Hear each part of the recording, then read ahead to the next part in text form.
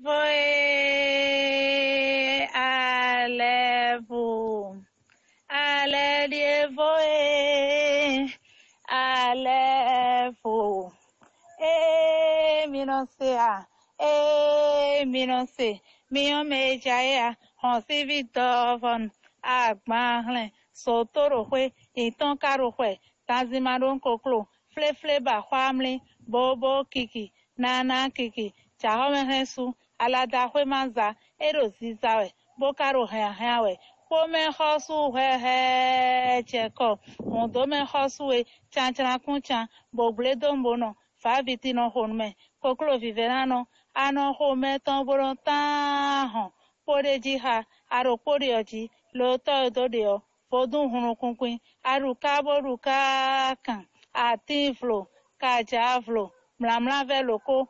ahwen lipa, loko kuku fodun, loko pere fodun, gbogbo, so charucha, legede chiome, akundo gbe la mandama,